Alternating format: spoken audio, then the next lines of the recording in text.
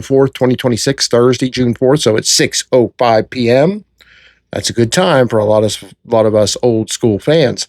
We're going to get the next edition in the re-debut, if you will. Once again, the return of MLW's weekly television series, Fusion.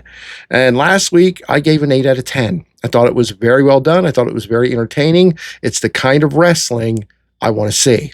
Honestly, it could have been tweaked a little bit, but for 2026, MLW did wrestling right again. And it was refreshing. It was nice. It was awesome to see. Now, tonight's show, we only know so much about. I think we know enough about to talk about. We don't know everything that's going on, or I guess you could find the spoilers because the Fusion tapings have been going on for quite some time. I don't want to do that. I don't want to be spoiled. I want to watch this weekly as it's intended to be watched. Now, we know we're going to hear from Killer Kross tonight. Killer Kross and the one and only Scarlett, who's getting back in the ring and showing us her wrestling skills. She's not just a sidekick. She's not just a manager or a valet. She's also a worker.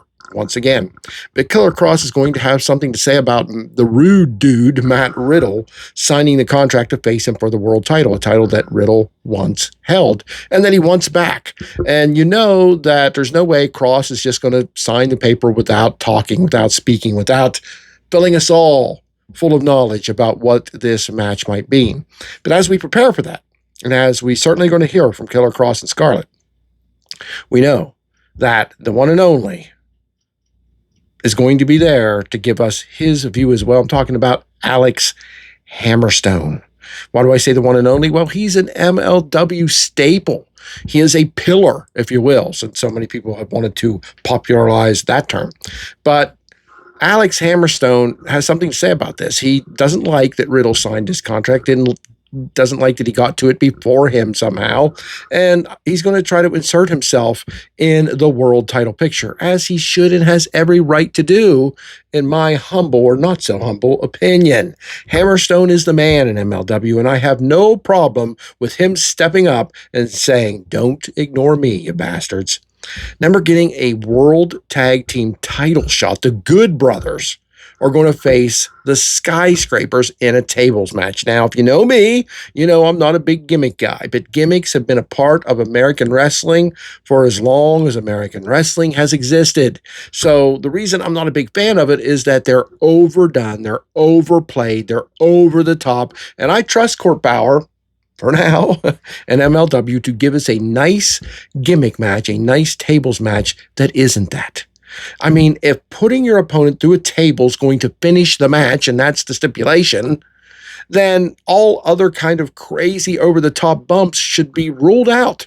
You shouldn't display a match like this full of over-the-top insane bumps that are not only survived, but are often won by the team or the person or the wrestler who has taken these extreme bumps.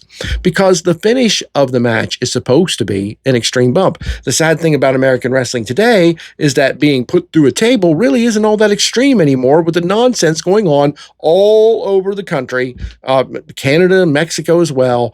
If you're going to go off balconies and pile drive onto the concrete floor and what have you, how in the world is being put through a simple little table supposed to be a big deal?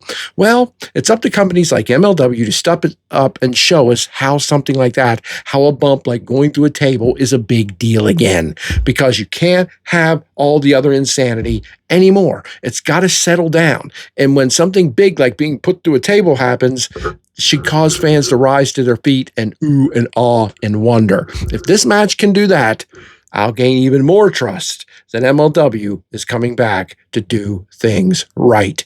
Then we got Shoko Nakajima defending her featherweight title, her MLW women's featherweight title, against Shotzi Blackheart. That should be an excellent match. Look, Shoko Nakajima is one of the best women's wrestlers in the world, no doubt. Shotzi, still trying to prove that she is. The big bad company, up north, if you will, the WWE, released Shotzi Blackheart to their own peril, and hopefully she'll step up and show us by beating a world-renowned wrestler with unbelievable experience, being a pillar of TJPW, Tokyo Joshi Pro Wrestling, my personal favorite company in the world, because they do wrestling right. That's another discussion, but they do. And if Shotzi Blackheart can win the title here, that's going to say a lot for her and for MLW That's an exciting match. We know that Mystico is going to be around. Mystico's stepping up to challenge Diego Hill. I believe that match is on this show.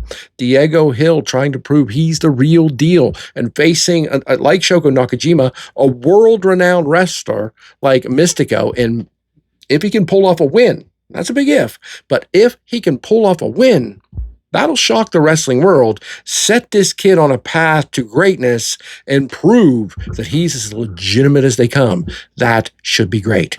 We've got word that Kushida of the Contra Unit's going to be around. Austin Aries, one of the best wrestlers going today. I saw some complaints of Austin Aries, like he's 60 years old or something. I mean, was the man even 40 yet? I don't know. But he showed last episode on the last Fusion against Trevor Lee that he can go as well as he ever could. So I welcome Austin back. I don't give two craps about his personal life and why people may not like him or why he's supposedly a prick in the locker room. It doesn't matter to me. All that matters is how he performs in the ring and how he talks on this microphone or his microphone, right? That's the only thing that matters to me, and he can do it. But like I said, with Kushida, though, there, we know Contra Unit's going to be around. I got to get to know this new Contra Unit, and as I said in my last video, it was rather long. My apologies for that, but it was a 2-hour show to discuss.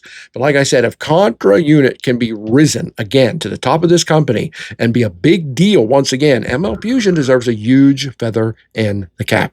I just want to say before I close this preview of tonight's show, that's all I really got. But when is Paul Walterhauser going to show up again? You know, everybody knows I'm not real thrilled with this guy being pushed, this guy being a staple in the company where I'm supposed to believe he's as worthy as anybody else on the roster. Look, if you want me to believe that, he's going to have to be impressive. He has to overcome the dumpy, middle-aged man look that he has, like I have. You know, I can get in the gym, start pumping iron, come back and be an MLW star. No, I wouldn't even think of it because I don't want to embarrass the sport that I love. And I don't care what kind of shape I could get in. I don't care if I could get in there and learn wrestling off of the great Kurt Angle or anybody else, Bret Hart. I still wouldn't disparage the business by going in there as I'm past middle-aged, 56-year-old man. Why am I comparing myself? Because I think it's a fair comparison. Paul Walterhauser just doesn't look like a guy that should be a pro wrestling star. He doesn't. And if you want me to believe that, major things are going to have to be displayed here. And I don't care about his fame. I don't care about any money he's giving to the company or support he's given as a well-known actor, an award-winning actor. I give him the props for that. My God, congrats, my friend.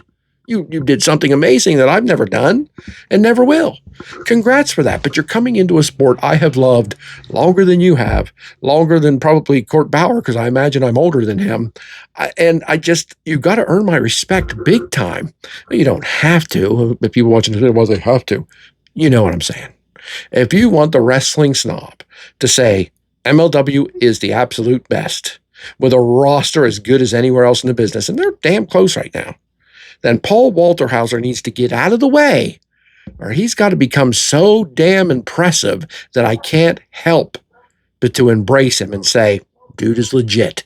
Can he do it? I doubt it, but let's see along the way. I'm Adam Lavelle, the wrestling snob, the leader of the I.I.W.C, the intelligent internet wrestling community, and I talk about MLW so long as they deserve it.